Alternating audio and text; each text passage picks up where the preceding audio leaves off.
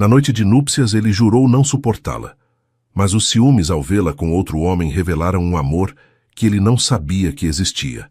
Aquele momento mudou tudo entre eles para sempre. De onde você está assistindo? Se inscreve no canal e deixa o like porque o final dessa história vai te surpreender. O champanhe ainda borbulhava nas taças de cristal quando Estevão Drummond pronunciou as palavras que congelariam a alma de qualquer mulher. A brisa morna daquela noite pernambucana de janeiro entrava pelas janelas do casarão colonial, trazendo consigo o perfume embriagador das mangueiras e cajueiros que cresciam no jardim próximo. As cortinas de linho cor de marfim ondulavam suavemente, como fantasmas elegantes que presenciavam o início de uma tragédia disfarçada de celebração.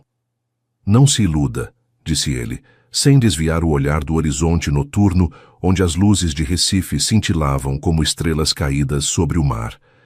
Este casamento é apenas um acordo comercial. Nunca espere nada além disso de mim. Iris Tavares sentiu como cada sílaba penetrava em seu peito como cacos de gelo. Segurou com força a saia de seu vestido de noiva, um modelo simples de renda renascença que sua mãe havia confeccionado com as próprias mãos décadas atrás, guardando-o numa caixa de cedro perfumada com alfazema para o dia em que sua filha encontrasse o amor verdadeiro. Que ironia cruel que aquele vestido carregado de esperanças herdadas vestisse agora um corpo que se sentia oco por dentro. O tecido fino deslizou entre seus dedos trêmulos enquanto processava aquelas palavras. Poderia ter chorado, poderia ter gritado, poderia ter jogado sua taça contra a parede e exigido o respeito que merecia qualquer ser humano. Mas Iris havia aprendido desde muito jovem que a dignidade não se demonstra com escândalos, mas com a quietude de quem conhece seu próprio valor, mesmo quando outros tentam arrancá-lo. Ergueu o queixo com uma graça que Estevão jamais teria esperado de alguém numa posição tão vulnerável. Seus olhos escuros, da cor do café recém-passado que serviam nas padarias do Recife antigo, encontraram-se com os dele sem vacilar. Entendido, respondeu ela, e sua voz soou tão serena quanto a superfície do mar em uma manhã de verão. Então ambos sabemos exatamente onde estamos. Estevão a observou durante um instante eterno, algo indefinível cruzando por suas feições angulosas antes que a máscara de indiferença voltasse a se instalar em seu rosto. Tinha 34 anos, o cabelo preto como asa de urubu penteado para trás com precisão militar, e uns olhos cinzentos que pareciam talhados em granito da Serra da Mantiqueira. Era o tipo de homem que as revistas de negócios fotografavam contra fundos de arranha-céus e escritórios de mogno, o tipo de homem que fazia tremer seus concorrentes com um único olhar. Mas naquela noite, enquanto contemplava sua nova esposa erguer-se diante dele com uma dignidade que não havia comprado nem negociado, algo incômodo se mexeu em algum canto esquecido de seu peito. O casamento havia sido acordado apenas 3 semanas antes, no cartório da Avenida Boa Viagem, onde os documentos foram assinados com a mesma frieza com que se selam contratos imobiliários. A empresa de azulejaria artesanal que a família Tavares havia mantido durante 4 gerações em Olinda enfrentava uma falência iminente. Décadas de tradição, fornos que haviam cozido azulejos para igrejas e casarões de todo o Nordeste, técnicas transmitidas de pais para filhos como um tesouro sagrado, tudo ameaçado por um investimento ruim e a traição de um sócio sem escrúpulos. Estevão, por sua parte, precisava de uma esposa antes de completar 35 anos para cumprir com a cláusula antiquada do testamento de seu avô, o fundador do Império Imobiliário Drummond. Sem casamento, a herança passaria às mãos de seus primos, abutres famintos que haviam esperado durante anos qualquer tropeço seu para se apoderar do que ele havia multiplicado com seu trabalho obsessivo. Iris representava a solução perfeita. Arquiteta de formação, especializada em restauração de prédios históricos. Embora as circunstâncias a tivessem obrigado a trabalhar como assistente administrativa num pequeno escritório perto do Marco Zero. Possuía a beleza serena dos retratos coloniais que pendiam no Museu do Homem do Nordeste, aquela luminosidade tropical que parecia emanar de dentro. Sua postura elegante e seus modos refinados a convertiam na acompanhante ideal para os eventos sociais que o mundo dos negócios exigia. Um acordo perfeito no papel, um desastre emocional na realidade. Naquela primeira noite, enquanto os últimos convidados abandonavam o casarão entre risos e felicitações falsas, Iris se retirou para os quartos que davam para o jardim tropical. Seus passos ressoaram no corredor de ladrilho hidráulico português, cada peça contando histórias de outra época, em tons azuis e dourados. Parou diante da janela que emoldurava uma mangueira centenária, cujos galhos se estendiam para o céu como braços suplicantes. Não chorou. Prometeu a si mesma que não derramaria uma única lágrima por um homem que havia deixado claro que não merecia nenhuma. Em vez disso, desfez o coque que havia usado durante a cerimônia, deixando que seu cabelo escuro caísse em ondas sobre seus ombros e começou a planejar sua sobrevivência. Porque era isso que faria: sobreviver. E quem sabe, se o destino permitisse, encontrar algo de beleza mesmo no meio daquela gaiola dourada. Os primeiros 2 meses transcorreram como as marés do Atlântico, previsíveis em seu ritmo, silenciosos em sua constância, invisíveis em sua erosão lenta mas implacável. O casarão colonial da Rua da Aurora se converteu num território dividido por fronteiras invisíveis mas absolutas. Construído no início do século XIX por um comerciante de açúcar enriquecido, conservava toda a opulência daquela época dourada. Tetos altos decorados com estuque que representavam motivos florais, pisos de ladrilho hidráulico importados de Portugal, janelões que projetavam arco-íris sobre as paredes ao entardecer e um pátio interno onde uma fonte de inspiração mouresca cantava dia e noite sua melodia aquática. Iris ocupou os aposentos que olhavam para o jardim dos fundos, um pequeno paraíso de buganvílias roxas, jasmins noturnos e cajueiros cujo perfume inundava as noites de verão. Transformou seu refúgio com pequenos atos de rebeldia silenciosa.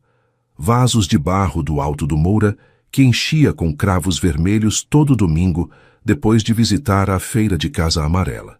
Cortinas de algodão que ela mesma tingiu com anil natural, almofadas bordadas à mão que comprava das artesãs do bairro do Recife. O aroma de terra úmida misturado com o perfume doce das flores convertia seu espaço em algo vivo, algo seu, um território onde as palavras de Estevão não podiam alcançá-la. Ele, por sua parte, permanecia recluso na ala oposta, rodeado de telas de computador que iluminavam seu rosto anguloso, até bem entrada a madrugada. Seu escritório cheirava a café frio e ambição, a documentos assinados com tinta, que valia mais que os sonhos de muitos. As paredes estavam cobertas de plantas arquitetônicas e fotografias aéreas de terrenos que logo transformaria em complexos residenciais de luxo, apagando a história para construir um presente rentável. Cruzavam-se pelos corredores como fantasmas corteses, trocando cumprimentos educados que soavam vazios no silêncio do casarão. Bom dia, boa noite, um aceno de cabeça talvez, quando se encontravam na escadaria principal de mármore de Carrara. Josefina, a governanta que havia servido a família Drummond durante 30 anos, observava aquela dança de evitação com olhos sábios e lábios selados. Conhecia Estevão desde que era um menino ferido que escondia sua dor atrás de muros de ambição. E reconhecia em Iris algo que ele não podia ver ainda, uma fortaleza que não se quebrava, mas se dobrava como o bambu para depois erguer-se mais alta. A primeira rachadura naquela rotina apareceu numa noite de fevereiro particularmente abafada, quando o ar quente do litoral envolvia Recife num abraço sufocante. Iris não conseguia dormir. O calor era opressivo mesmo com as janelas escancaradas, e o ventilador de teto mal conseguia mover o ar espesso. Levantou-se passada a meia-noite e desceu à cozinha em busca de água fresca. Seus pés descalços silenciosos sobre os azulejos que conservavam um frescor agradável. Não esperava encontrá-lo ali. Estevão estava sentado à mesa de granito, com uma xícara de café fumegante entre as mãos e o olhar perdido em algum ponto invisível. Vestia apenas uma bermuda de linho e uma camiseta branca amarrotada, tão diferente do executivo impecável que mostrava ao mundo que Iris demorou um momento para reconhecê-lo. Desculpe, murmurou ela, recuando em direção à porta. Não queria incomodar. Não incomoda. A resposta surgiu automática, desprovida de qualquer emoção. A cozinha é tão sua quanto minha. Uma lembrança desnecessária de que tudo aquilo era um empréstimo, uma ilusão que ambos mantinham por conveniência. Iris apertou os lábios e dirigiu-se à geladeira com movimentos deliberadamente naturais, embora cada nervo de seu corpo estivesse consciente da presença dele às suas costas. Tirou uma jarra de água gelada aromatizada com rodelas de limão e hortelã fresca, um costume que havia trazido da casa de seus pais. Serviu um copo longo e bebeu devagar, sentindo o líquido gelado traçar um caminho de alívio por sua garganta. Também não consegue dormir? Perguntou ele de repente, e havia algo estranho em sua voz, algo que se parecia remotamente com curiosidade. Iris virou-se lentamente, apoiando o quadril contra a bancada de granito. O calor, respondeu, dando de ombros com uma naturalidade que não sentia completamente. Na casa dos meus pais, em noites assim, subíamos para a laje e dormíamos sob as estrelas. A imagem surgiu involuntariamente em sua mente. Colchonetes estendidos sobre o chão ainda morno. O céu noturno se desdobrando infinito sobre suas cabeças. As risadas de suas irmãs se misturando com o canto dos grilos. Uma vida simples, cheia de momentos pequenos que então pareciam insignificantes e agora brilhavam como joias perdidas. Estevão a observou durante um momento que se estendeu mais do que o necessário. Deveria instalar ar-condicionado nos quartos da ala sul, disse finalmente, como se acabasse de descobrir uma falha técnica numa de suas propriedades. Farei os técnicos virem amanhã. Não é necessário. Insisto. E assim, sem mais, voltou ao seu café e a seu silêncio, deixando-a com a estranha sensação de que acabara de presenciar algo importante sem entender exatamente o que. A primeira transformação sutil ocorreu na semana seguinte, nascida de um impulso que Iris não soube explicar nem mesmo para si. Havia descoberto que Estevão trabalhava até altas horas da madrugada, frequentemente esquecendo-se de jantar ou sobrevivendo à base de café preto e barras de cereais, que guardava na gaveta de sua escrivaninha. Josefina lhe havia comentado, com a preocupação maternal que caracterizava todas as suas palavras, que o senhor levava anos descuidando de sua alimentação daquela maneira. Desde que sua mãe morreu, que Deus a tenha. Havia suspirado a governanta enquanto preparava as compras da semana. Aquela mulher sim sabia alimentar uma alma, mas ele decidiu que a fome era uma fraqueza a mais para eliminar. Naquela noite, enquanto preparava seu próprio jantar, Iris se viu cozinhando demais sem pensar conscientemente. Um arroz de forno com costela, grão de bico e linguiça, seguindo a receita que sua avó havia aperfeiçoado ao longo de décadas. O aroma encheu a cozinha enquanto o prato dourava lentamente no forno a lenha, que Josefina insistia em manter funcionando. Quando ficou pronto, dividiu a porção em 2 potes de vidro, um para ela. O outro levou até a porta do escritório onde a luz seguia acesa, apesar de o relógio marcar quase 11 horas. Não bateu. Simplesmente deixou o recipiente sobre o chão, junto ao batente de madeira entalhada, com um pequeno papel dobrado em cima. Coma enquanto está quente. Foi embora sem esperar resposta, convencida de que aquilo era um gesto inútil, que provavelmente terminaria no lixo. Na manhã seguinte, o pote estava sobre a bancada da cozinha, completamente vazio e lavado com esmero. Iris o contemplou durante um longo momento, sentindo algo estranho se expandir em seu peito. Não era esperança exatamente, nem tampouco satisfação. Era algo mais sutil, mais perigoso. A certeza de que sob aquela armadura de gelo existia um ser humano que ainda respondia aos gestos simples de cuidado.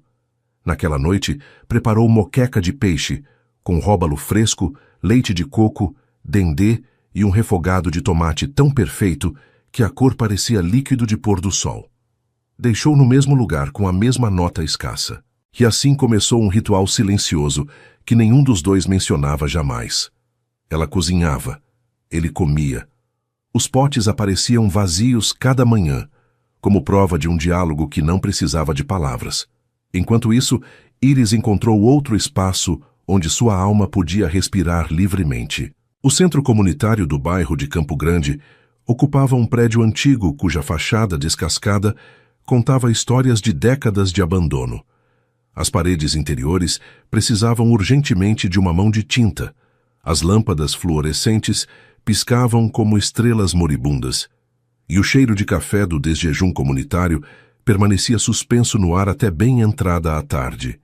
3 vezes por semana, Iris pegava o ônibus na parada da Avenida Boa Viagem e viajava até aquele canto da cidade, onde o Recife moderno dava lugar a uma realidade mais crua, mas também mais autêntica.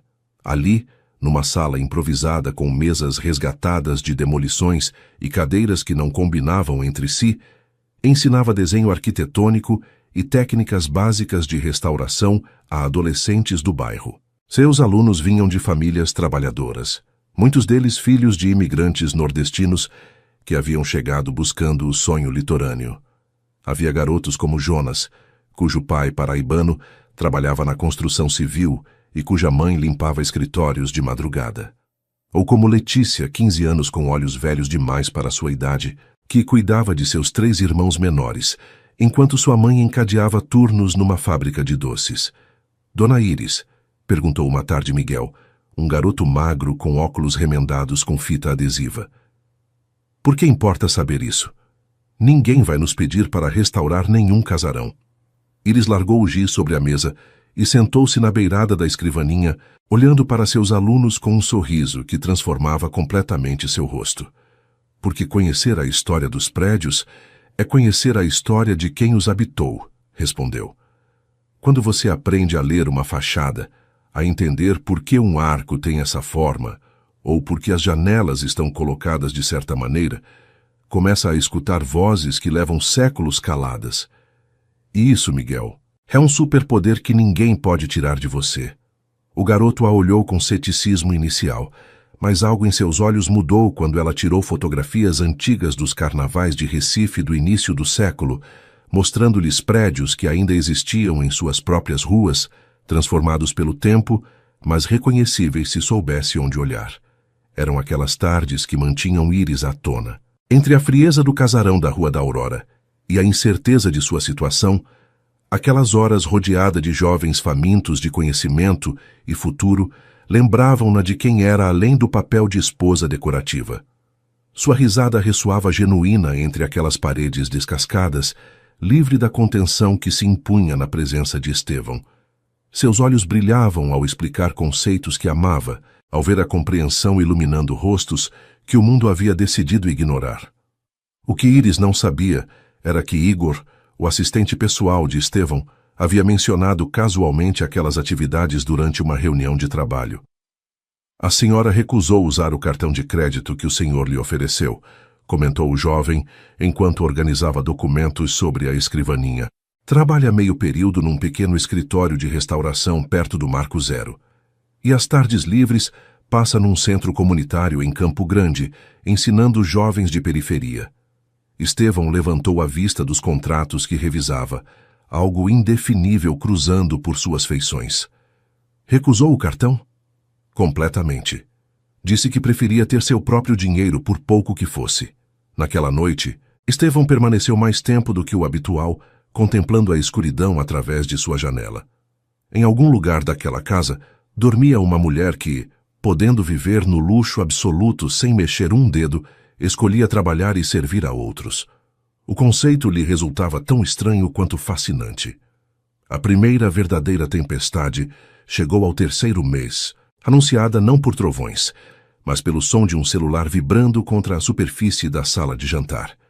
Era uma noite de março atipicamente fresca, quando o verão resistia a ir embora, mas o outono já enviava seus primeiros emissários.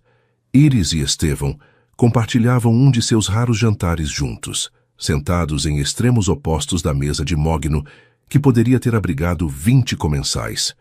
Entre eles, um oceano de madeira polida e silêncios incômodos. O telefone dela iluminou a penumbra com seu resplendor azulado e Iris franziu a testa ao ver o nome de seu pai na tela. Davi Tavares nunca ligava durante as horas de jantar. Era uma daquelas regras não escritas da família que datavam de gerações. Com licença, murmurou, levantando-se com o aparelho na mão.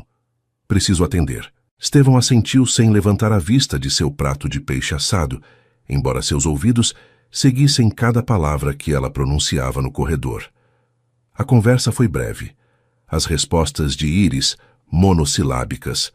Quando voltou, seu rosto havia perdido toda a cor e suas mãos tremiam de uma maneira que ele não havia presenciado antes. O que aconteceu? A pergunta escapou antes que pudesse contê-la, e Estevão se surpreendeu genuinamente preocupado. Iris se deixou cair na cadeira mais próxima, esquecendo toda a etiqueta. O telefone escorregou de seus dedos e bateu na mesa com um ruído surdo. A empresa do meu pai. Começou, e sua voz se quebrou levemente antes de recuperar o controle. Um sócio, Bernardo Lopes, falsificou documentos, dívidas que nunca existiram, contratos que ninguém assinou. Está tentando ficar com tudo, alegando que meu pai lhe deve dinheiro que jamais pediu emprestado. O ar da sala ficou espesso. Estevão conhecia aquele nome. Bernardo Lopes era um daqueles empresários de segunda categoria que prosperavam alimentando-se da desgraça alheia. Um abutre de terno de linho e sorriso de vendedor de carros usados. O casamento.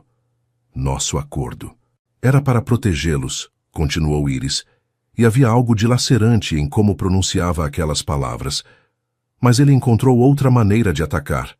E se isso seguir adiante, se conseguir que os tribunais lhe deem razão, meus pais perderão absolutamente tudo.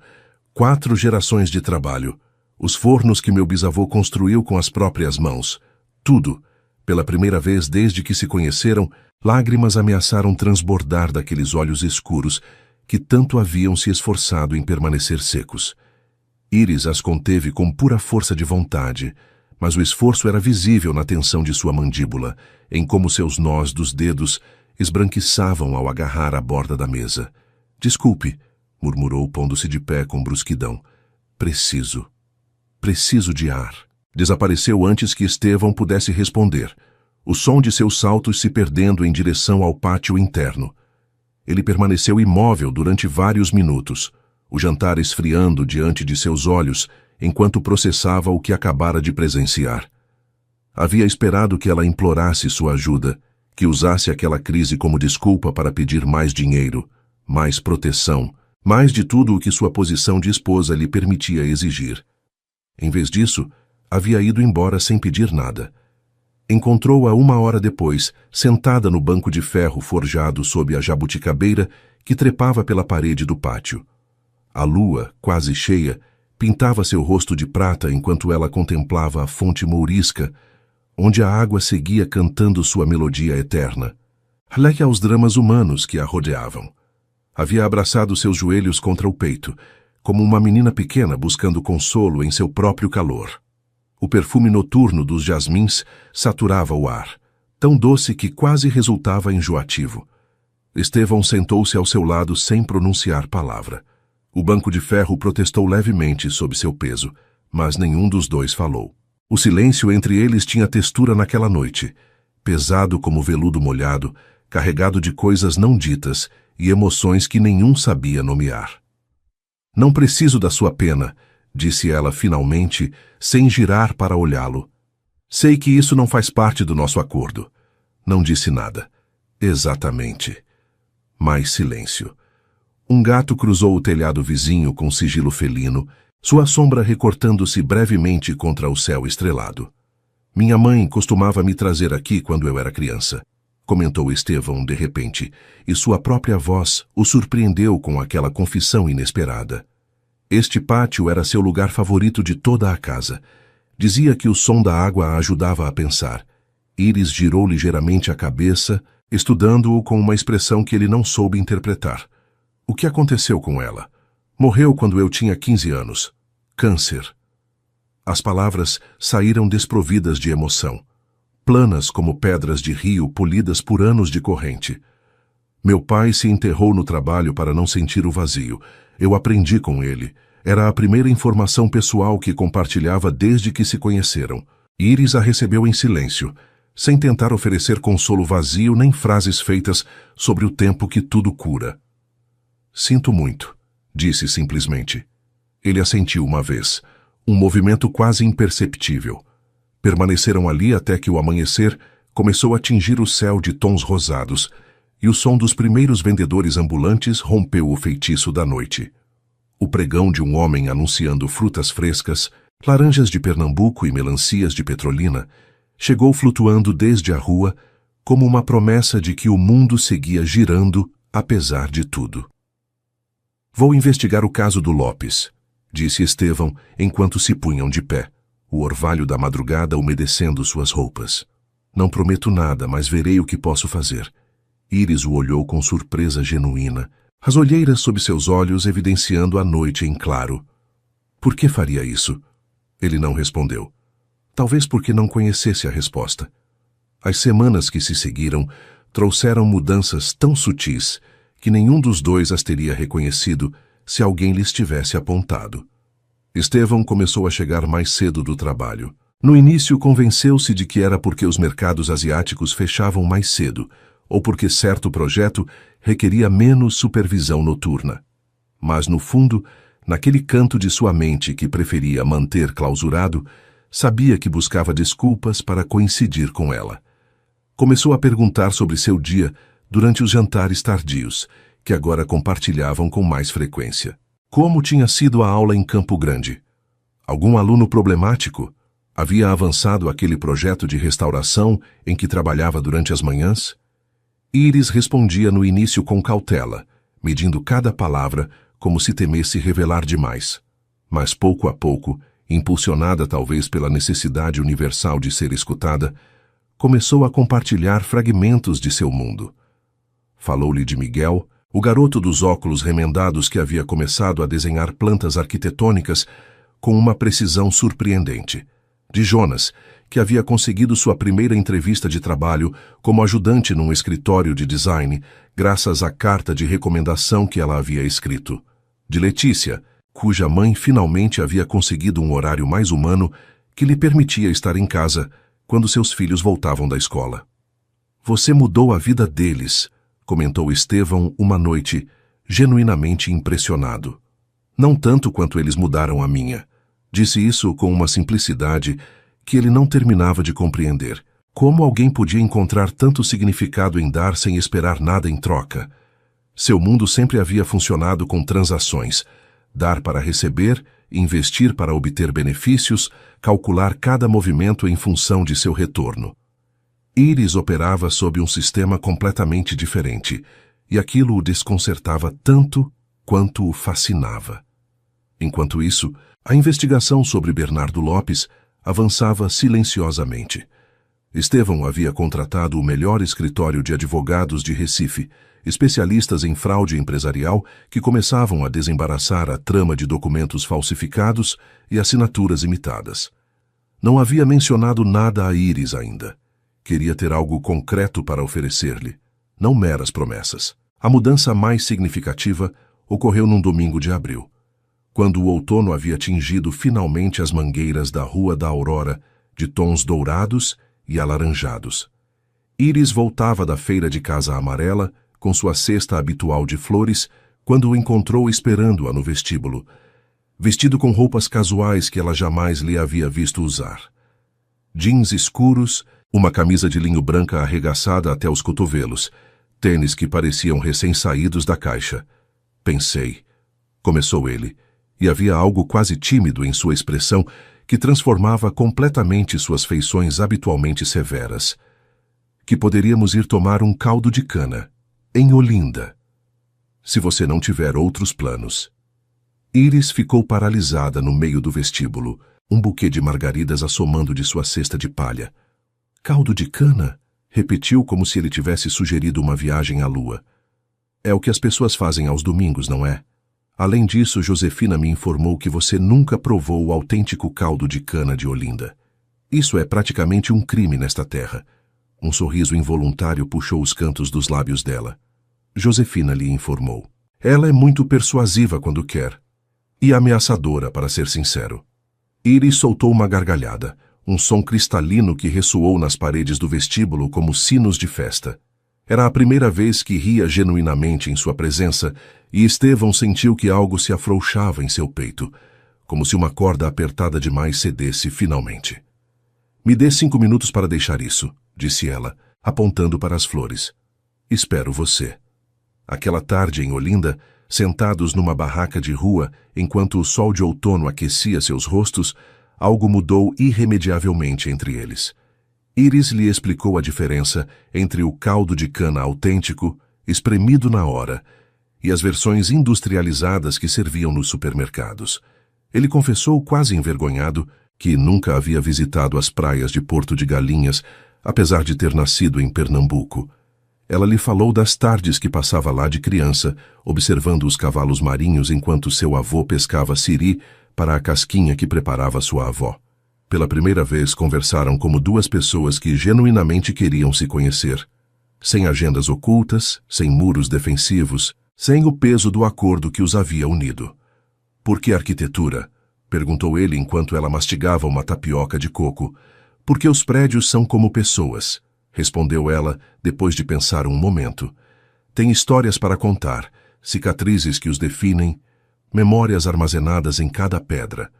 Restaurá-los é como escutar essas histórias e ajudá-los a seguir contando-as às gerações futuras." Estevão a observou enquanto falava, fascinado por como seu rosto se iluminava ao descrever sua paixão. Os olhos lhe brilhavam como se contivessem todo o Atlântico em suas profundezas escuras, e suas mãos gesticulavam desenhando arcos invisíveis no ar. "Você, por outro lado, destrói prédios antigos para construir novos", comentou ela, e havia curiosidade em seu tom, não julgamento. Nunca se perguntou que história silencia ao fazê-lo? A pergunta o golpeou com uma força inesperada. Durante anos havia visto os prédios unicamente como investimentos, metros quadrados a multiplicar, terrenos a otimizar. A ideia de que contivessem algo além de valor imobiliário jamais havia cruzado por sua mente pragmática. "Não", admitiu. "Nunca havia pensado assim." Ela sorriu, mas não era um sorriso de superioridade nem de pena. Era um sorriso de quem reconhece uma porta que poderia se abrir. Talvez devesse começar. O evento beneficente anual do Grupo Drummond se celebrava no Museu de Arte Moderna, aquele conjunto de estruturas contemporâneas às margens do rio Capibaribe, que pareciam esculturas gigantes, emergindo da água. Iris dedicou a tarde inteira a se preparar, não por vaidade, mas porque sabia que aquela noite seria observada, julgada, medida segundo padrões que ela jamais havia buscado cumprir. Escolheu um vestido azul marinho de corte reto que havia encontrado numa pequena boutique do Recife antigo, sem marcas nem etiquetas ostentosas. O tecido fluía como ondas do Atlântico quando caminhava, simples mas elegante, de uma maneira que não requeria adornos. Sobre a cama, Estevão havia deixado um estojo de veludo preto com um colar de safiras e diamantes que teria alimentado famílias inteiras durante meses. Iris o contemplou durante um longo momento, antes de fechá-lo com suavidade e guardá-lo na gaveta da mesinha de cabeceira. Em vez disso, pôs os brincos de pérola que haviam pertencido à sua avó, as únicas joias que havia trazido de casa. Eram modestos, ligeiramente desiguais em tamanho porque haviam sido cultivadas naturalmente nas costas do Nordeste, mas continham mais valor do que qualquer gema poderia quantificar.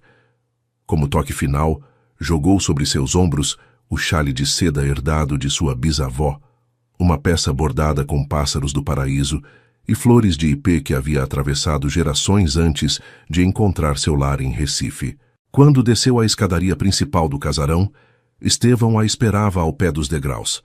Vestia um smoking escuro que realçava seu porte natural, o cabelo preto penteado para trás com gel, a mandíbula perfeitamente barbeada.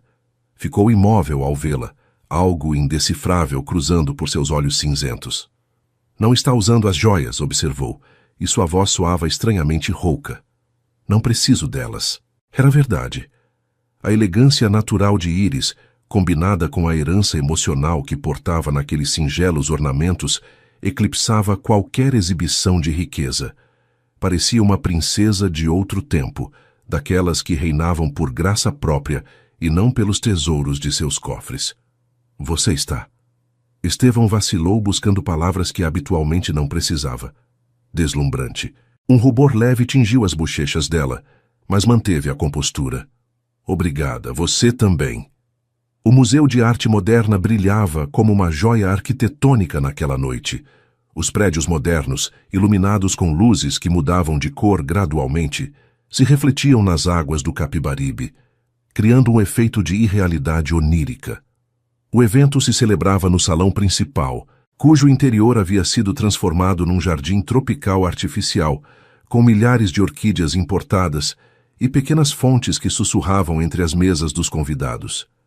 Íris caminhou junto a Estevão entre a multidão de empresários, políticos e figuras do mundo cultural pernambucano. Sorria quando correspondia, apertava mãos, aceitava elogios sobre seu vestido e seu xale com graça estudada. Era exatamente o que ele precisava que fosse. A esposa perfeita para manter as aparências, mas, sob a superfície, sentia-se como uma impostora naquele mundo de fortunas herdadas e ambições desmedidas. Foi então que o viu. Caio Montenegro cruzava o salão com essa segurança despreocupada, de quem nunca teve que provar nada a ninguém. Era alto, de cabelo castanho alvoroçado de maneira estudadamente casual, com uma barba de vários dias que em qualquer outro homem teria parecido descuidada, mas nele resultava deliberadamente artística. Seus olhos verdes, da cor das colinas de Minas Gerais após a chuva, escanearam a multidão até deter-se nela. Íris Tavares, reconheceu-a antes que ela pudesse reagir, aproximando-se com passadas longas e um sorriso que iluminava seu rosto inteiro. Caio, murmurou ela genuinamente surpresa. Não esperava ver você aqui. Nem eu a você. Embora, claro, agora é toda uma senhora da alta sociedade. Seu tom era de brincadeira afetuosa sem rastro de malícia. Helena me contou quando me ligou há um mês. Não conseguia acreditar. Haviam estudado juntos na Faculdade de Arquitetura de São Paulo, compartilhando noites de estudo, cafés intermináveis e sonhos de restaurar o patrimônio brasileiro à sua antiga glória. Caio havia sido um de seus melhores amigos durante aqueles anos, talvez algo mais durante um breve período que ambos haviam concordado em esquecer. "O que está fazendo em Recife?" perguntou ela, genuinamente interessada. "Um projeto novo. Vão restaurar o convento de Santo Antônio, toda a talha dourada barroca. Me pediram para liderar a equipe técnica." Os olhos de Íris brilharam com entusiasmo profissional. "Isso é incrível. Aquela talha é uma das mais complexas do barroco brasileiro." "Eu sei. Por isso pensei em você imediatamente." Conversaram durante os próximos 30 minutos sobre o projeto, sobre técnicas de restauração, sobre antigos professores que ambos haviam admirado e detestado em partes iguais. Íris ria das anedotas que ele contava, gestos animados e olhos brilhantes, completamente absorta num mundo de lembranças e paixões compartilhadas. Do outro lado do salão, Estevão observava a cena com uma tensão crescente que não conseguia explicar. Havia abandonado uma conversa com o prefeito de Recife no meio de uma frase, algo impensável em circunstâncias normais. Sua atenção estava fixada em sua esposa e aquele desconhecido que a fazia sorrir de uma maneira que ele nunca havia conseguido. Quando Caio tocou ligeiramente o braço de Íris, ao contar uma anedota particularmente divertida, algo primitivo e completamente inesperado explodiu no peito de Estevão. Ciúmes. O sentimento era tão alheio à sua natureza que demorou vários segundos para identificá-lo. Nunca havia sentido ciúmes em sua vida. As mulheres iam e vinham como investimentos que rendiam ou não segundo o caso, nenhuma importante o suficiente para provocar emoções possessivas. Mas ver Íris brilhar daquela maneira para outro homem, ver seus olhos iluminados por uma paixão que não era dirigida para ele, despertava um instinto que cria inexistente. Pela primeira vez em 10 anos, abandonou uma reunião importante sem desculpa alguma. Abriu caminho entre os convidados com passadas longas e decididas, ignorando os cumprimentos e os olhares curiosos. Quando chegou junto de Íris, passou seu braço ao redor de sua cintura com um gesto possessivo que nunca havia empregado antes. Querida, disse, e a palavra soou estranha em seus lábios. Estão nos esperando na mesa principal. Íris o olhou surpresa, seus olhos escuros refletindo as luzes cintilantes da estrutura moderna. Ah, claro. Virou-se para Caio com um sorriso de desculpas. Caio, apresento meu marido, Estevão Drummond. Os dois homens apertaram as mãos com essa cortesia superficial que disfarça avaliações mútuas. Caio sorria abertamente. Estevão mal curvava os lábios em algo que pretendia ser amistoso, mas não alcançava a meta. Um prazer, mentiu Estevão. O prazer é meu. Teve muita sorte. Caio olhou para Íris com afeto evidente. Íris é uma das pessoas mais extraordinárias que conheci na vida. A mandíbula de Estevão se tensionou imperceptivelmente. Eu sei. Naquela noite no Mercedes preto que os levava de volta para casa, o silêncio entre eles era de uma natureza completamente diferente. Elétrico, carregado, vibrando com tensões não nomeadas. O que foi aquilo? Perguntou Íris finalmente, girando-se no assento de couro para olhá-lo.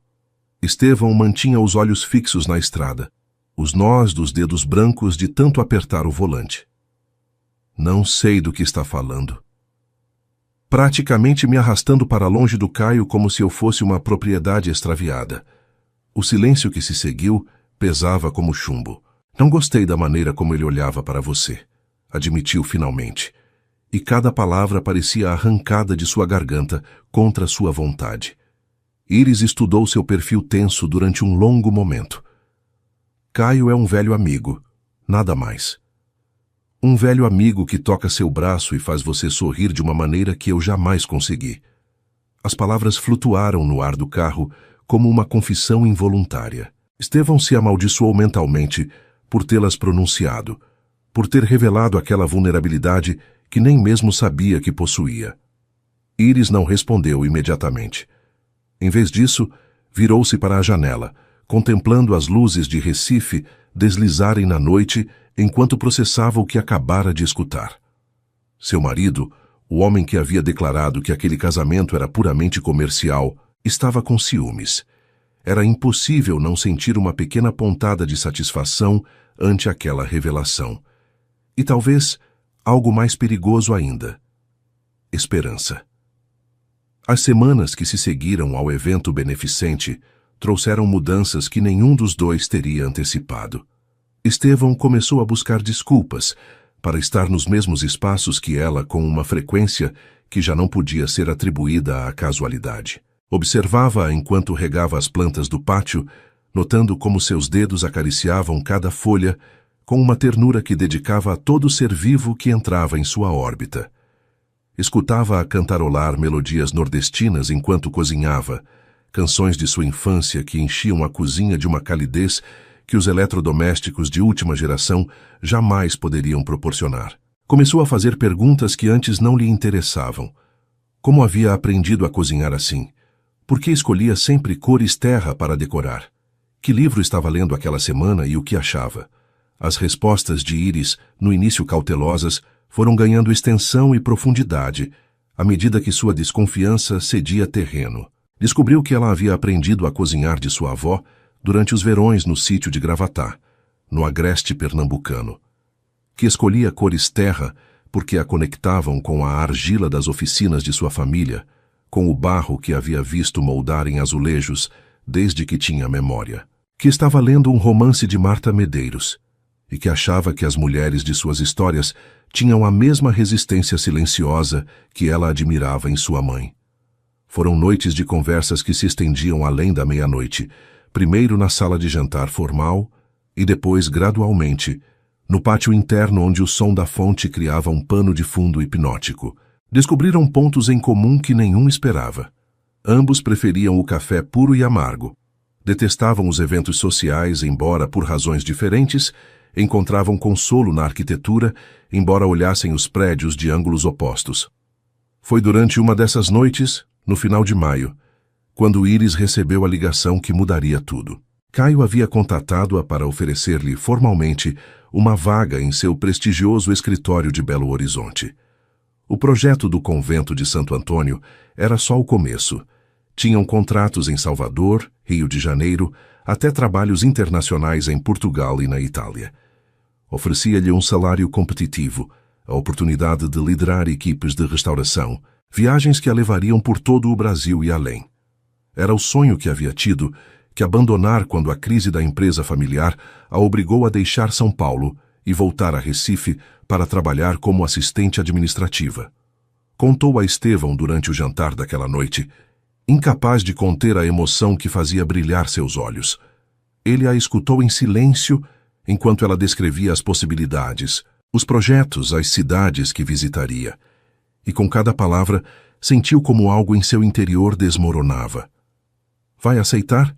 perguntou quando ela terminou, mantendo a voz neutra à custa de um esforço supremo. Íris largou os talheres sobre o prato, estudando seu rosto com aquela intensidade que parecia ler pensamentos. "Ainda estou pensando. É uma oportunidade incrível." As palavras sabiam a cinza em sua boca. Seria uma bobagem recusar. "Eu sei." O silêncio que se seguiu estava carregado de tudo o que nenhum se atrevia a dizer. "Por que me pergunta se vou aceitar?" questionou ela finalmente. "Este casamento é um acordo comercial, lembra? Não deveria importar o que eu faço com minha carreira." As palavras dele, pronunciadas naquela primeira noite, voltavam como um bumerangue envenenado. Estevão fechou os olhos brevemente, sentindo o peso de sua própria frieza passada esmagando-o. E se eu tivesse mudado de ideia? Íris prendeu a respiração. As velas sobre a mesa piscaram, projetando sombras dançantes sobre a toalha de linho. Mudou? Ele a olhou diretamente, deixando cair pela primeira vez todas as máscaras que habitualmente protegiam sua vulnerabilidade. "Não sei o que está acontecendo comigo", admitiu, e sua voz soava como a de um homem perdido em território desconhecido. "Não reconheço esse sentimento, mas sei que a ideia de você ir embora, de trabalhar longe com ele, de que seu riso e seus olhos brilhantes sejam para outros, me resulta insuportável." Íris permaneceu imóvel, processando aquela confissão que contradizia tudo o que ele havia estabelecido desde o princípio. "Isso não é justo, Estevão." "Eu sei. Você não pode me pedir para renunciar aos meus sonhos porque de repente decidiu que sente algo. Não estou pedindo nada. Então, o que está dizendo exatamente?" Ele afastou o olhar, contemplando o jardim noturno através das janelas. As buganvílias brilhavam sob a luz da lua como manchas de sangue roxo contra a parede caiada. "Estou dizendo que vou apoiá-la em qualquer decisão que tomar, porque percebi que o que sinto por você é mais importante que meu egoísmo." Era a declaração mais próxima de uma profissão de amor que Estevão Drummond havia pronunciado em sua vida adulta. E ambos sabiam disso. Íris se levantou lentamente da mesa, rodeando-a até posicionar-se junto à sua cadeira. Ele ergueu a vista para ela, vulnerável de uma maneira que jamais permitia que ninguém presenciasse. "Recusei a oferta esta tarde", disse ela suavemente, "antes de saber nada disso." "Por quê?" "Porque em algum lugar entre esses ladrilhos frios e jardins perfeitos, encontrei algo que não esperava encontrar. E talvez, só talvez, valha a pena lutar por isso." Os dias seguintes foram como caminhar sobre uma ponte de vidro, bonitos, mas precários, iluminados por uma luz nova, mas ameaçados constantemente pela possibilidade de se quebrarem. Estevão e Íris começaram a explorar o território desconhecido que se abria entre eles com a cautela de quem sabe que está pisando em terreno minado. As conversas se tornaram mais íntimas, os olhares mais prolongados, os toques casuais mais frequentes. Mas nenhum dos dois se atrevia a dar o passo definitivo que transformaria seu acordo em algo real. O medo os mantinha suspensos num limbo delicioso e frustrante, em partes iguais. Para Estevão, o medo tinha raízes profundas que se afundavam em sua adolescência. Depois da morte de sua mãe, havia construído muralhas ao redor de seu coração com a precisão de um engenheiro obcecado com a segurança. Cada pedra daquela fortaleza representava uma emoção suprimida, um anseio negado, uma vulnerabilidade eliminada. Permitir que alguém atravessasse essas defesas significava arriscar-se a experimentar novamente a dor devastadora que quase o havia destruído aos 15 anos. Íris, por sua parte, Carregava o peso de ter entregado seu futuro em troca de salvar sua família. Cada vez que se permitia sentir algo genuíno por Estevão, uma voz em seu interior lhe lembrava as circunstâncias de sua união. Como podia confiar em sentimentos que haviam nascido da obrigação? Como distinguir o afeto real da gratidão por ter salvado o negócio de seus pais? E se tudo aquilo fosse simplesmente uma ilusão que ambos construíam para tornar mais tolerável sua situação? A primeira rachadura apareceu numa tarde de junho, quando Estevão cancelou um jantar que haviam planejado juntos para atender uma emergência empresarial. Sinto muito, disse por telefone e genuinamente sentia. Surgiu um problema com o projeto da orla. Vou voltar tarde. Iris assegurou que entendia, que não tinha problema, que jantariam outro dia. Mas quando desligou, uma sombra de dúvida cruzou por sua mente. Quantas vezes havia escutado seu pai pronunciar exatamente as mesmas palavras? Quantos jantares cancelados, quantas promessas quebradas em nome do trabalho haviam erodido lentamente o casamento de seus pais, até convertê-lo numa convivência cordial, mas desprovida de paixão? O padrão se repetiu durante as semanas seguintes. Estevão tinha as melhores intenções, mas décadas de hábitos eram difíceis de romper. O trabalho seguia sendo seu refúgio preferencial quando as emoções se tornavam intensas demais, reais demais. Era mais fácil perder-se em números e contratos que enfrentar o que estava crescendo entre eles. Iris observava à distância como ele voltava aos seus velhos padrões e com cada cancelamento, cada jantar frio sobre a mesa da sala de jantar vazia, sentia que a ponte de vidro rachava um pouco mais. A segunda rachadura chegou na forma de Isabel Ferraz. Isabel era sócia de um escritório que colaborava frequentemente com o Grupo Drummond, uma mulher de 40 anos impecavelmente vestida, cuja ambição igualava a de Estevão. Haviam tido um breve caso anos atrás, antes de ela se casar com um político menor, que lhe proporcionava conexões úteis. Agora, recém-divorciada, Isabel parecia determinada a retomar de onde haviam parado. Iris a conheceu durante um jantar de negócios, ao qual Estevão havia insistido em levá-la, argumentando que sua presença como esposa era necessária para certos investidores conservadores. Desde o momento em que entraram no restaurante, os olhos felinos de Isabel se cravaram em Estevão com uma possessividade que não tentava disfarçar. Estevão, quanto tempo! Ronronou, beijando suas bochechas com lábios pintados de vermelho intenso, enquanto ignorava deliberadamente Iris. Senti falta de nossas conversas. A insinuação era evidente. Iris sentiu um nó se formar em seu estômago, enquanto observava como Isabel tocava o braço de seu marido, com familiaridade, como inclinava a cabeça para sussurrar-lhe algo que o fez sorrir. Estevão, para seu crédito, a apresentou corretamente e manteve uma distância profissional durante todo o jantar. Mas o dano estava feito. As sementes da insegurança, plantadas por semanas de ausências e prioridades cambiantes, germinaram com rapidez venenosa. Naquela noite, na solidão de seu quarto, Iris se confrontou com perguntas que não queria fazer. Quantas mulheres como Isabel haviam passado pela vida de Estevão? O que a fazia diferente, além de um contrato matrimonial conveniente?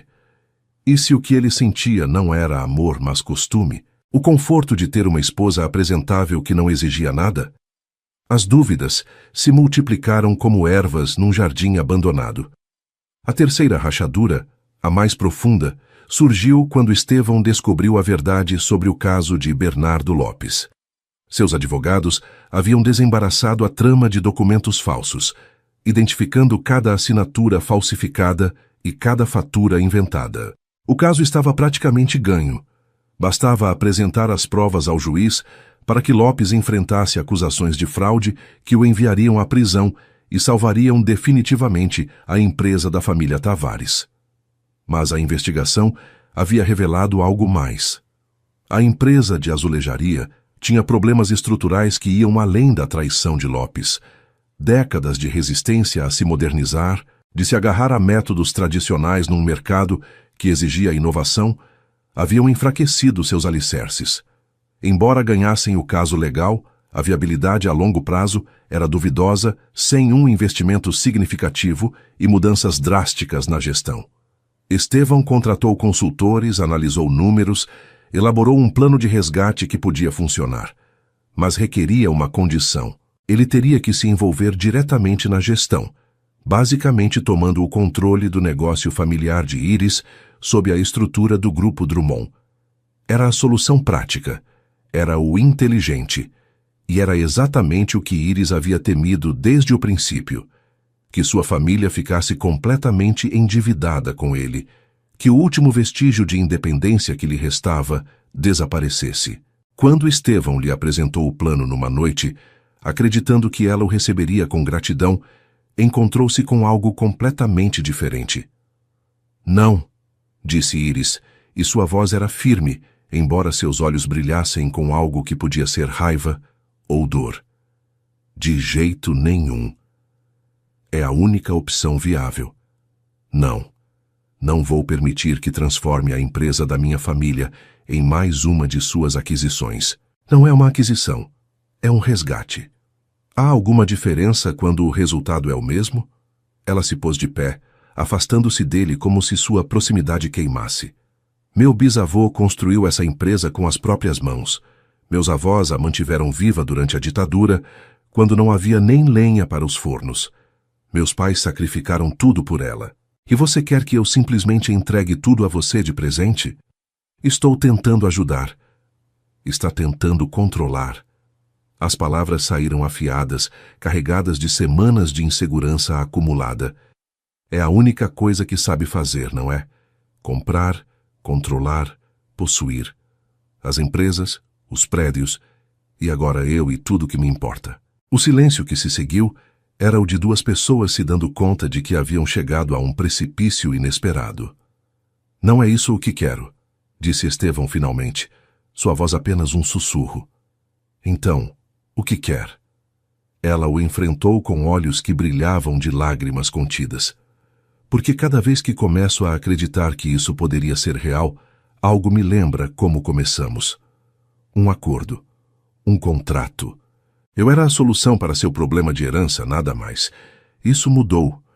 Mudou? Quando exatamente? Antes ou depois de sua ex-amante me olhar como se eu fosse um obstáculo menor? Antes ou depois das dezenas de jantares cancelados, porque o trabalho sempre é mais importante? Cada palavra era uma pedra jogada contra os frágeis alicerces que haviam construído juntos. Estevão quis se defender, explicar, desmentir, mas as acusações continham verdade suficiente para deixá-lo mudo. Preciso de tempo, disse Iris, recuando em direção à porta. Tempo para pensar se isso faz algum sentido. Se eu faço algum sentido aqui. Quando foi embora, o eco de seus passos ressoando no corredor vazio, Estevão ficou sozinho com o peso de tudo o que havia feito de errado e tudo o que não sabia como consertar. Iris se refugiou no trabalho como quem busca oxigênio debaixo d'água. Dobrou suas horas no centro comunitário de Campo Grande, chegando antes do sol e indo embora quando as estrelas já haviam tomado posse do céu. Seus alunos notavam algo diferente nela, uma intensidade febril que parecia queimar de dentro, mas nenhum se atrevia a perguntar. Só Miguel, o garoto dos óculos remendados que havia se tornado seu aluno mais promissor, teve a coragem de se aproximar numa tarde, enquanto ela apagava furiosamente um quadro que já estava limpo. Dona Iris, disse com sua voz de adolescente, ainda oscilando entre graves e agudos, a senhora está bem.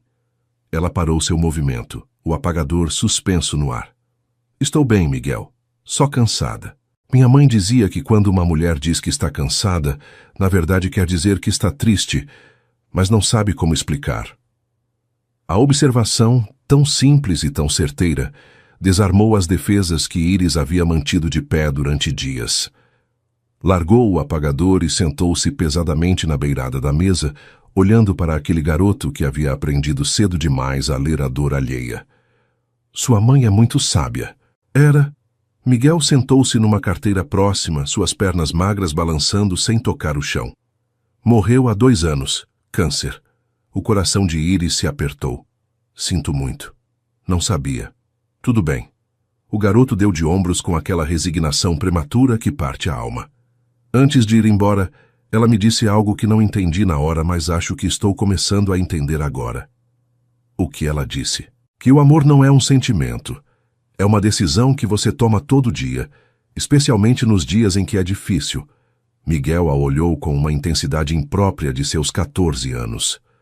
Acho que ela e meu pai tiveram muitos dias difíceis, mas sempre decidiam ficar. Iris engoliu o nó que havia se formado em sua garganta. Sua mãe era uma mulher muito inteligente, e a senhora também é. Por isso sei que vai encontrar um jeito de parar de estar triste. Quando o garoto foi embora, Iris permaneceu sentada naquela sala vazia durante longo tempo, contemplando as paredes descascadas que tanto lhe lembravam seu próprio coração, rachadas, precisando de restauração, mas ainda de pé. Enquanto isso, no casarão da Rua da Aurora, Estevão travava sua própria batalha contra demônios que levava décadas alimentando. Havia cancelado todas as suas reuniões depois do confronto com Iris, algo que não havia feito nem mesmo quando enfrentava as maiores crises empresariais de sua carreira. Os funcionários murmuravam entre si, preocupados com a saúde de seu chefe, que parecia ter envelhecido anos em questão de dias. Josefina, a única pessoa no mundo a quem permitia se aproximar quando se encontrava vulnerável, entrou em seu escritório uma manhã, com uma bandeja de café da manhã que ele não havia pedido. Coma alguma coisa, ordenou com a autoridade de quem trocou fraldas de imperadores. Não tocou em nada desde que a senhora foi para o quarto de hóspedes. Estevão afastou o olhar da janela, onde havia estado contemplando o jardim que Iris tanto amava. Não estou com fome. Isso não foi uma sugestão. Josefina depositou a bandeja sobre sua escrivaninha com um golpe seco.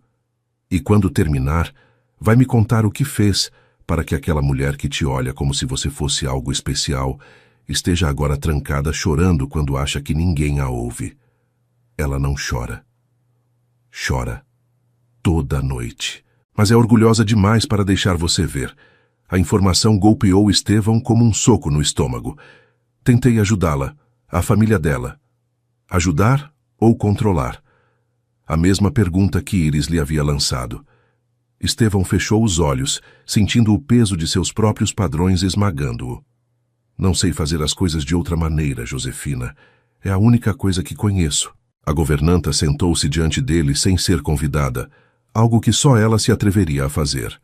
Sua mãe, que Deus a tenha, era a mulher mais doce que conheci, mas era forte à sua maneira. Não precisava que ninguém a resgatasse. Precisava que alguém caminhasse ao seu lado. Josefina o olhou com olhos que haviam visto demais para se deixar enganar.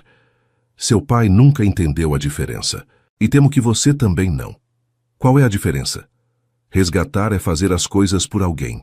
Acompanhar é fazê-las com alguém. Pôs-se de pé, alisando seu avental.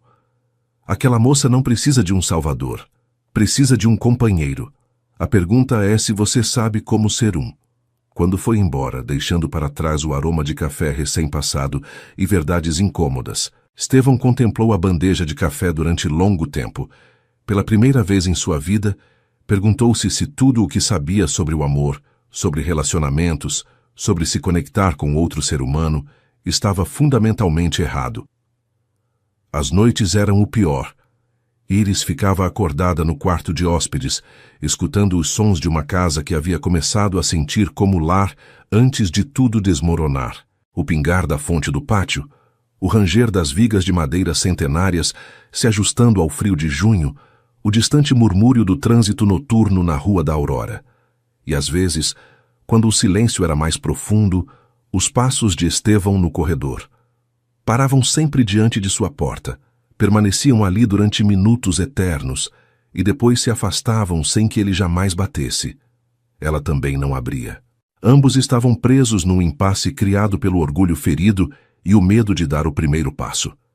Cada um esperava que o outro cedesse, sem perceber que a espera só alargava o abismo. Foi no 15º dia daquela guerra fria silenciosa quando o destino interveio da maneira mais inesperada. Um cano antigo estourou na ala sul do casarão, inundando vários quartos, incluindo o que Iris ocupava. A água se infiltrou durante a noite enquanto ela dormia profundamente, exausta por semanas de insônia acumulada. Foi o frio que a acordou.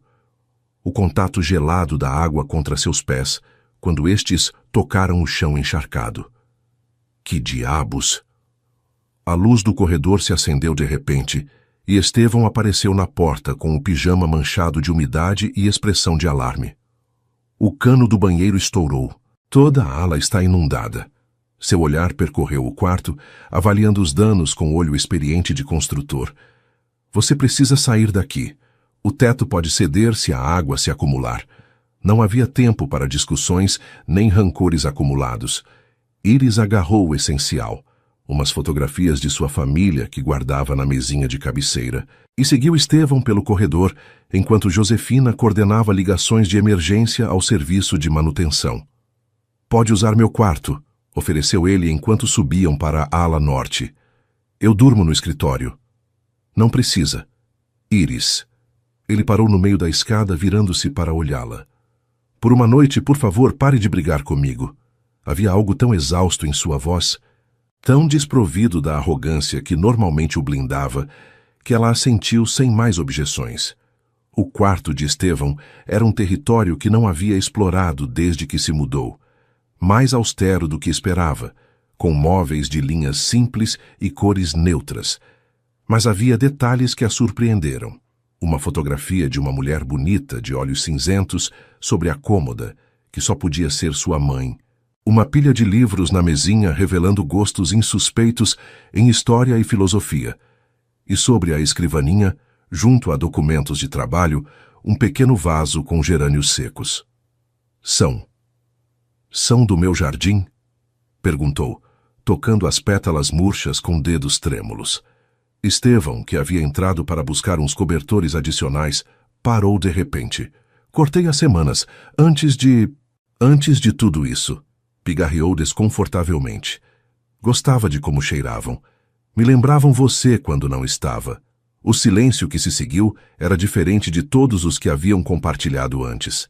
Não era desconfortável, nem hostil, nem carregado de tensões não resolvidas. Era o silêncio de duas pessoas que finalmente viam o outro sem as máscaras que habitualmente usavam. Estevão, não precisa dizer nada. Depositou os cobertores sobre uma poltrona.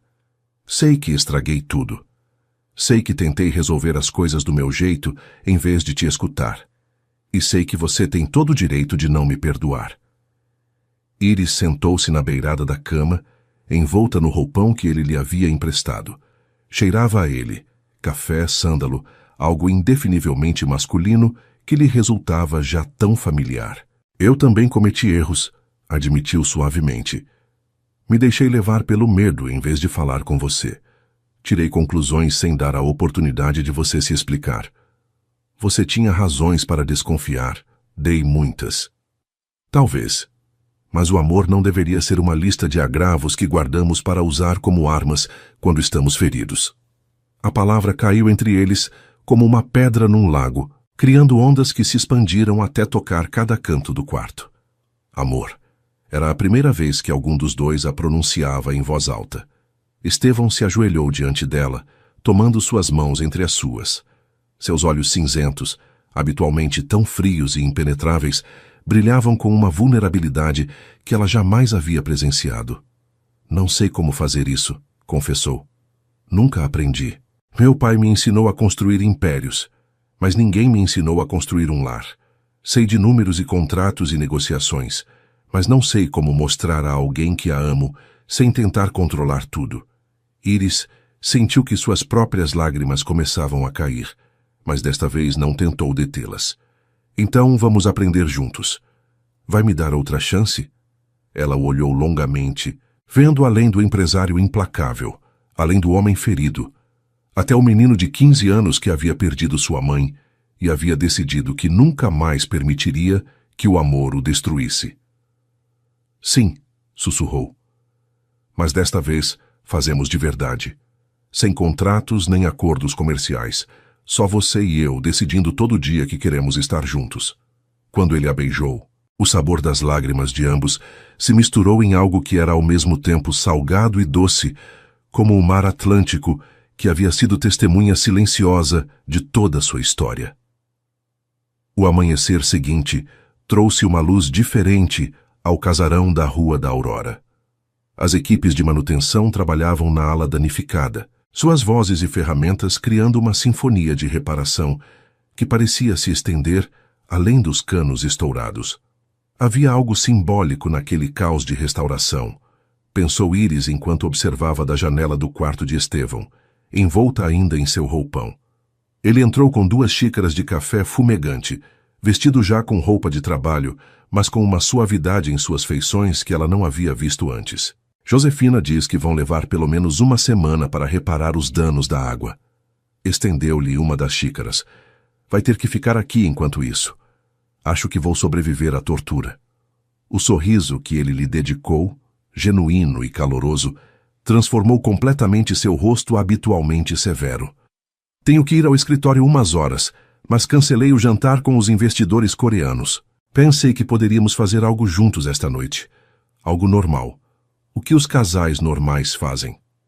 E o que os casais normais fazem? Estevão deu de ombros com uma torpeza encantadora. Não faço a menor ideia. Esperava que você me dissesse. Iris soltou uma gargalhada, a primeira genuína em semanas.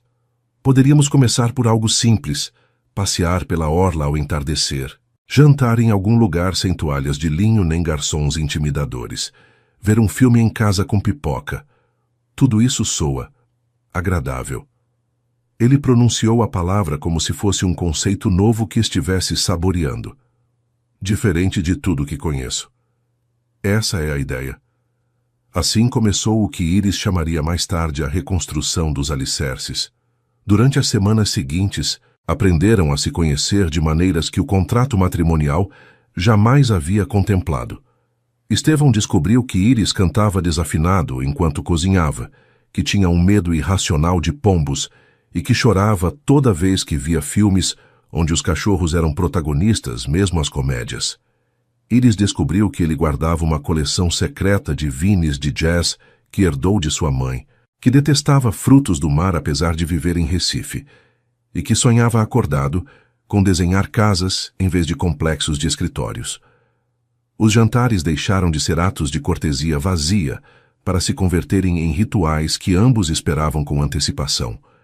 Cozinhavam juntos, descobrindo que ele era um desastre com a faca, mas surpreendentemente habilidoso com os molhos.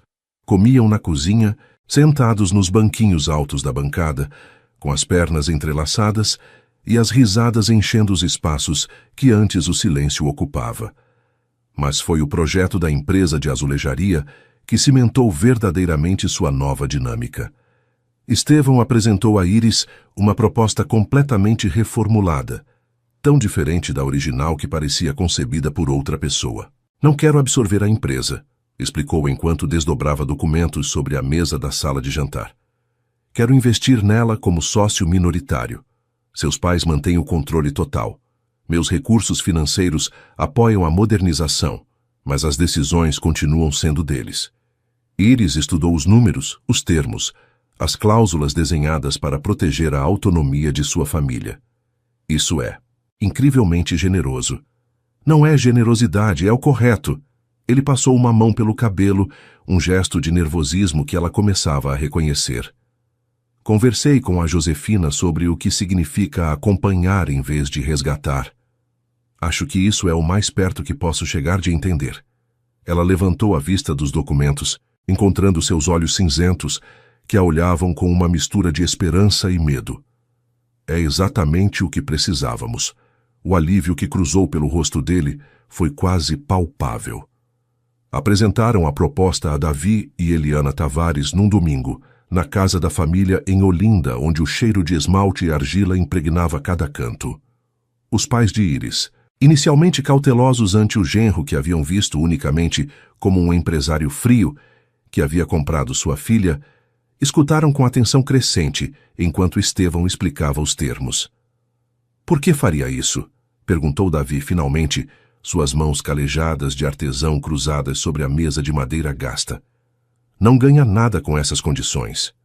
Estevão olhou para Iris, que estava sentada junto a ele com os dedos entrelaçados com os seus debaixo da mesa. Ganho algo que não tem preço em nenhum balanço contábil, respondeu. Ganho a possibilidade de ser parte desta família de verdade. E ganho a confiança de sua filha, que é mais valiosa que qualquer patrimônio. Eliana, a mãe de Iris, levou uma mão ao peito. Seus olhos, tão escuros como os de sua filha, encheram-se de lágrimas silenciosas. Iris me disse uma vez, continuou Estevão, que os prédios têm histórias para contar, que restaurá-los é preservar essas vozes para as gerações futuras. Esta empresa é o mesmo. 4 gerações de histórias, de técnicas de amor por um ofício. Destruir isso seria um crime pior que qualquer fraude financeira. O silêncio que se seguiu era diferente dos que Iris havia experimentado nos meses anteriores. Era um silêncio de aceitação, de muros caindo, de famílias que começam a se fundir numa só. Davi estendeu sua mão curtida para Estevão. Bem-vindo à família, filho. A primavera chegou a Recife com sua explosão habitual de cor e vida, mas aquele ano tinha um significado especial para quem habitava o casarão da Rua da Aurora. O caso contra Bernardo Lopes havia se resolvido favoravelmente. As provas reunidas pelos advogados de Estevão eram tão contundentes que o julgamento durou apenas 2 sessões. Lopes foi condenado por fraude e falsificação documental, e as dívidas falsas foram anuladas. A empresa dos Tavares estava a salvo. Mas mais importante ainda era a transformação que havia se operado dentro das paredes daquele palacete colonial. Iris havia retomado seu trabalho no pequeno escritório de restauração, mas agora com um novo projeto entre mãos. Estevão lhe havia proposto colaborar no design de um complexo residencial que sua empresa construiria no antigo bairro de pescadores de Brasília Teimosa. Pela primeira vez na história do Grupo Drummond, o projeto incluiria a restauração de fachadas históricas em vez de sua demolição. Quero que me ensine, havia dito ele uma noite, enquanto contemplavam juntos os planos preliminares. Quero aprender a ver os prédios como você os vê, com suas histórias e suas vozes. Iris o olhou com uma mistura de surpresa e ternura. Isso poderia mudar toda a sua maneira de fazer negócios. Talvez já seja a hora de mudar. Trabalhavam juntos pelas noites, depois de ela voltar do centro comunitário e ele de suas reuniões. A mesa da sala de jantar se convertia num caos de planos, amostras de materiais e fotografias antigas de Brasília Teimosa, que Iris havia resgatado de arquivos municipais. Ele aprendia. Mais rápido do que nenhum teria esperado, Estevão começava a distinguir os diferentes estilos arquitetônicos, a entender por que certas proporções criavam harmonia enquanto outras geravam dissonância. Mas, sobretudo, aprendia a escutar. As histórias que contavam as paredes, as vidas que haviam se desenvolvido entre aqueles muros que ele teria derrubado, sem pensar meses atrás. Num sábado de setembro, levou-a a Brasília Teimosa para mostrar-lhe o terreno onde se desenvolveria o projeto. Caminharam por ruas estreitas, ladeadas por casas de pescadores, com fachadas de azulejos coloridos, muitas delas em estado de abandono, mas ainda bonitas em sua decadência. Esta era a casa da minha bisavó materna, disse Estevão de repente, parando diante de um prédio particularmente deteriorado, cuja fachada mostrava restos de azulejos verdes e amarelos. Minha mãe me trazia aqui quando eu era criança. Contava que sua avó pendurava as redes de pesca naquela sacada para que secassem ao sol. Iris estudou o prédio com olhos novos, vendo além do deterioro. Por que nunca mencionou isso? Porque havia esquecido. Sua voz soava estranha, carregada de emoções que raramente deixava emergir. Ou talvez havia enterrado junto com todo o resto relacionado à minha mãe. Ela tomou sua mão, entrelaçando seus dedos. O que quer fazer com este prédio? Estevão contemplou a fachada durante um longo momento. Quero restaurá-lo, convertê-lo em algo que minha mãe teria amado. Talvez uma galeria de arte local ou um centro cultural para o bairro. Olhou para Iris. Me ajudaria? Sempre. Aquela tarde selaram algo mais que um projeto arquitetônico. Selaram um compromisso mútuo de construir juntos, não só prédios, mas uma vida que honrasse tanto o passado quanto o futuro. Enquanto isso, no centro comunitário de Campo Grande, os efeitos do trabalho de Iris começavam a dar frutos tangíveis. Miguel, o garoto dos óculos remendados, havia conseguido uma bolsa para estudar arquitetura na Universidade Federal. Jonas trabalhava já como ajudante num escritório de interiores do centro. Letícia havia descoberto um talento inesperado para o desenho artístico e estava preparando um portfólio para solicitar admissão na Escola de Belas Artes.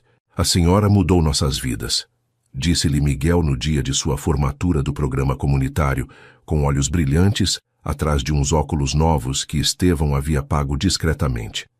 Nos fez acreditar que podíamos ser algo mais que o mundo esperava de nós. Íris o abraçou, sentindo como as lágrimas ameaçavam transbordar. Vocês mudaram suas vidas. Eu só mostrei a porta. Não, interveio Estevão, que havia assistido à cerimônia e observava a uma distância respeitosa. Você deu as chaves. E isso é algo que nenhum deles esquecerá jamais. Era a primeira vez que participava de um evento do centro comunitário. Chegou vestido de maneira casual, sentou-se entre os pais e familiares sem pretensões de superioridade e aplaudiu genuinamente cada conquista anunciada. Íris o observou durante toda a cerimônia, maravilhada pela transformação que havia se operado nele. O empresário implacável que conheceu 7 meses atrás jamais teria pisado num lugar como aquele. E, no entanto, ali estava, conversando com pais trabalhadores sobre a importância da educação, prometendo colaborações futuras entre o Grupo Drummond e o centro comunitário.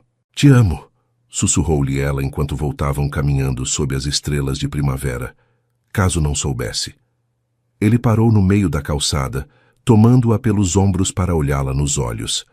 Eu sei, e te amo como nunca acreditei ser possível amar alguém. O beijo que compartilharam sob um poste de ferro forjado, com o perfume das cajueiras flutuando no ar noturno, sabia a promessas cumpridas e futuro por construir. O verão chegou carregado de uma prova que nenhum dos dois havia antecipado.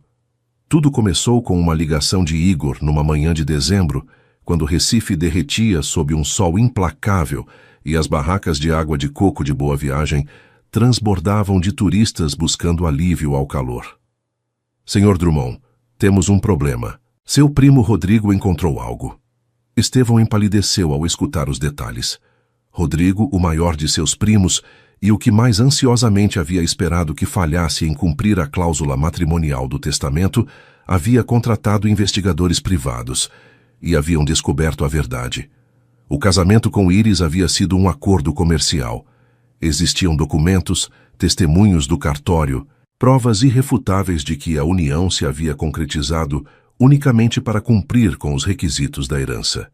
Segundo uma interpretação estrita do testamento do avô, um casamento de conveniência não cumpria com o espírito da cláusula. Rodrigo havia apresentado uma ação para anular os direitos de herança de Estevão.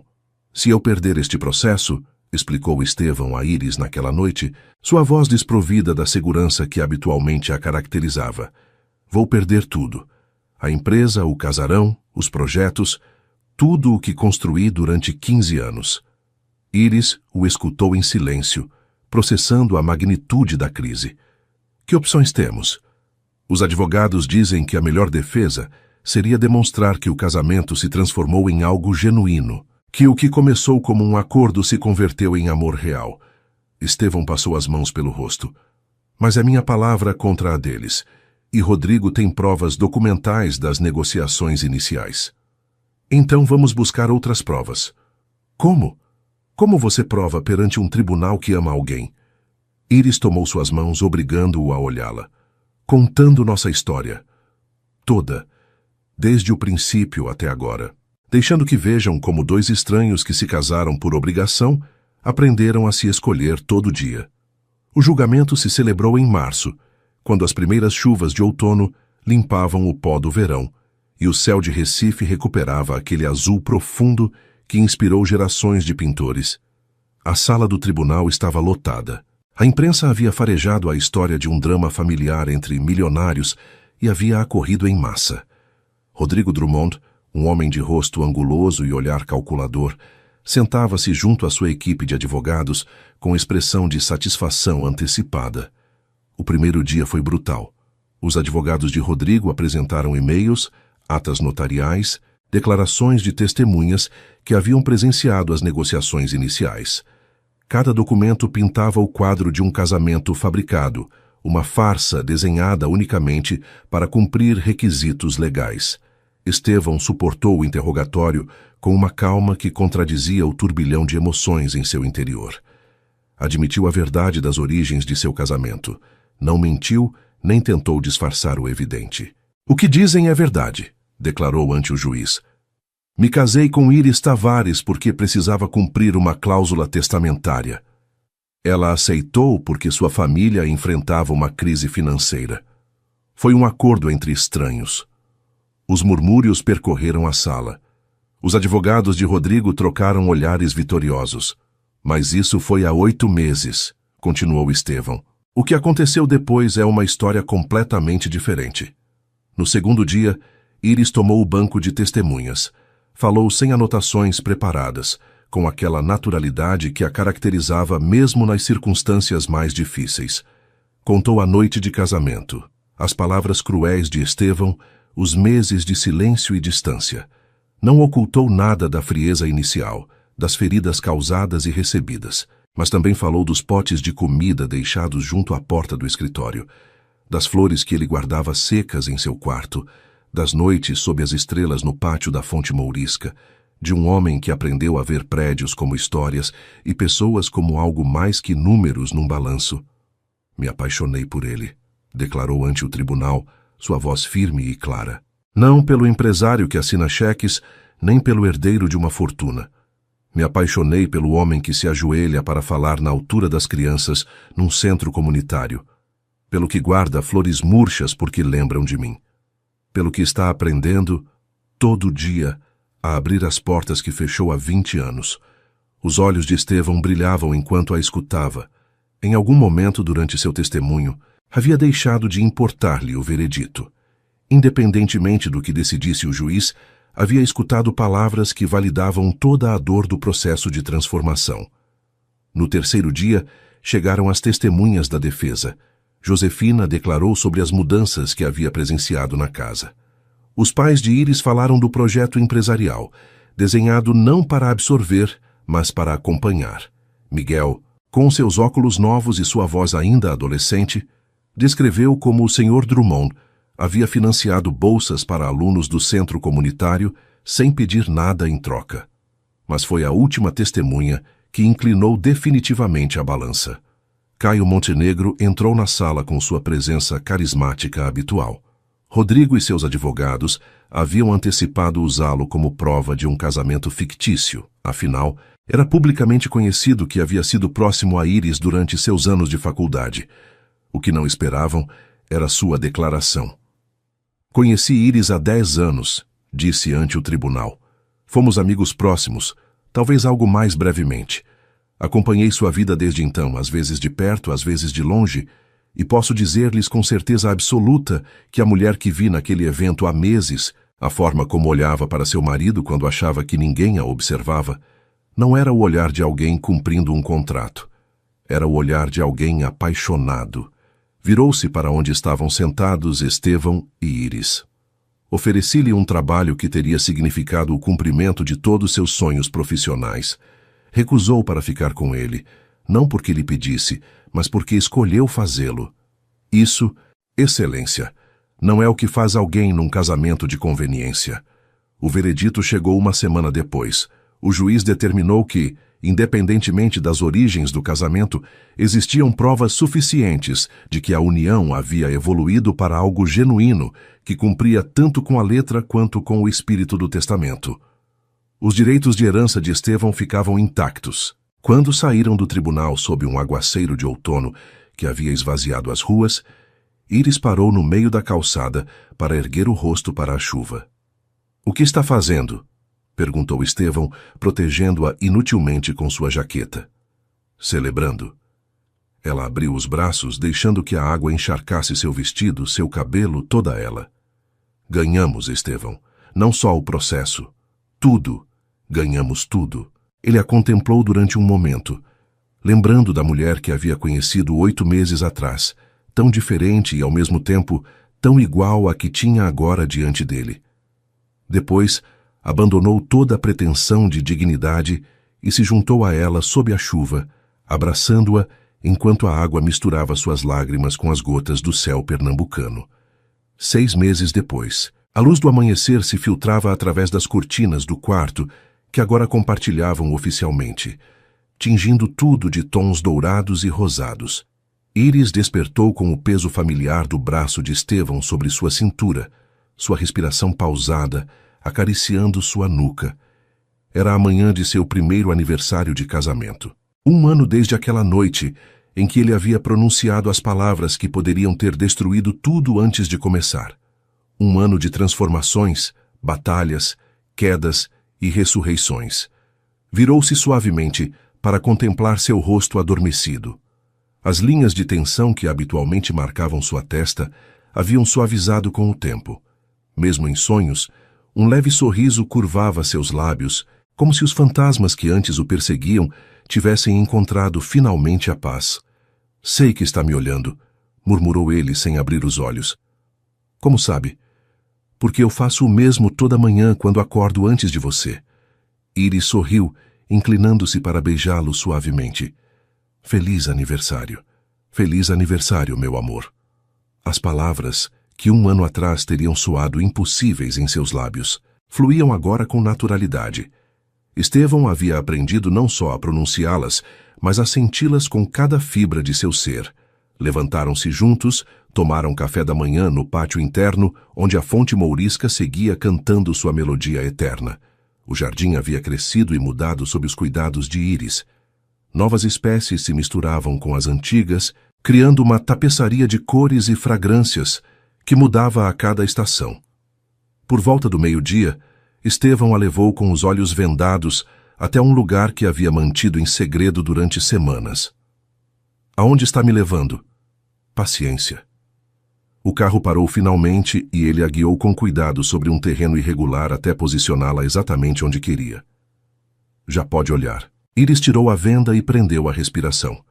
Diante dela, erguia-se a casa da bisavó de Estevão em Brasília Teimosa, completamente restaurada. A fachada brilhava com azulejos verdes e amarelos, as mesmas cores originais recuperadas mediante técnicas artesanais que ela mesma havia supervisionado.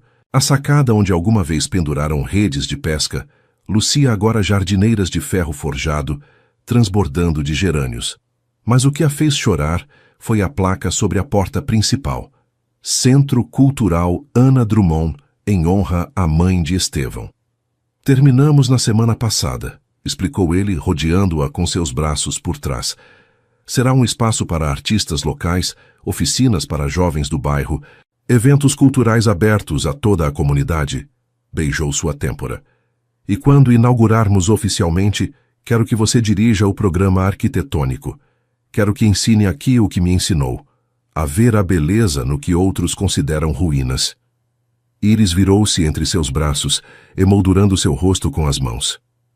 Como passamos daquela noite a isto? Sussurrou. Um dia de cada vez, uma decisão de cada vez, escolhendo nos amar mesmo quando era difícil. As palavras ressoavam com a sabedoria de Miguel, transmitida desde sua mãe falecida.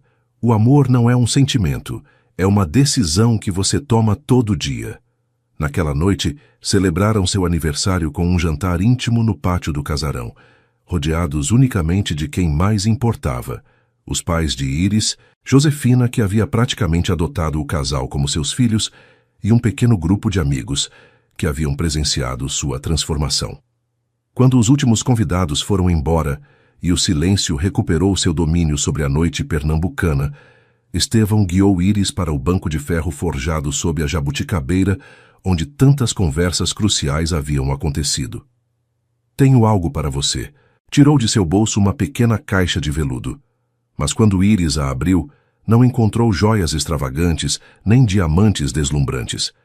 Em seu interior, descansava um fragmento de azulejo de cerâmica, decorado com um desenho de flores de ipê pintadas à mão. Era pequeno e irregular, claramente muito antigo. É das oficinas do seu bisavô, explicou Estevão. Seu pai me deu há meses. Esteve guardado durante décadas numa caixa de recordações familiares.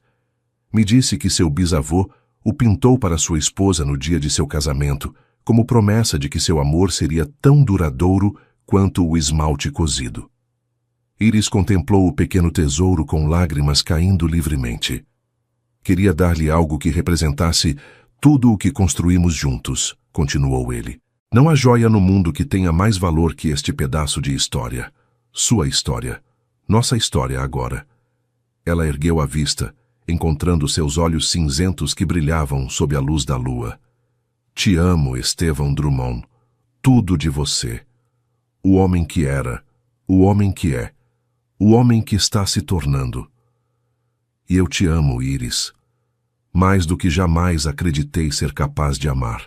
Você me ensinou que os muros mais altos não protegem, só isolam, e que abrir as portas, embora dê medo, é a única maneira de deixar entrar a luz. Beijaram-se sob as estrelas de Recife, com o canto da fonte mourisca como trilha sonora e o perfume dos jasmins noturnos envolvendo-os como uma bênção. Porque, às vezes, as melhores histórias de amor não começam com faíscas e fogos de artifício. Às vezes começam com contratos frios e palavras cruéis, com dois estranhos obrigados a compartilhar um teto. E, às vezes, se ambos forem corajosos o suficiente para se escolherem todo dia, esses começos improváveis se transformam nos finais mais bonitos. Em algum lugar de Recife, num casarão colonial da Rua da Aurora, duas pessoas que uma vez foram estranhos dormiam entrelaçados, sonhando com o futuro que construiriam juntos. Um futuro de prédios restaurados e vidas transformadas. Um futuro de amor que se escolhe, dia após dia, mesmo quando é difícil. Especialmente quando é difícil.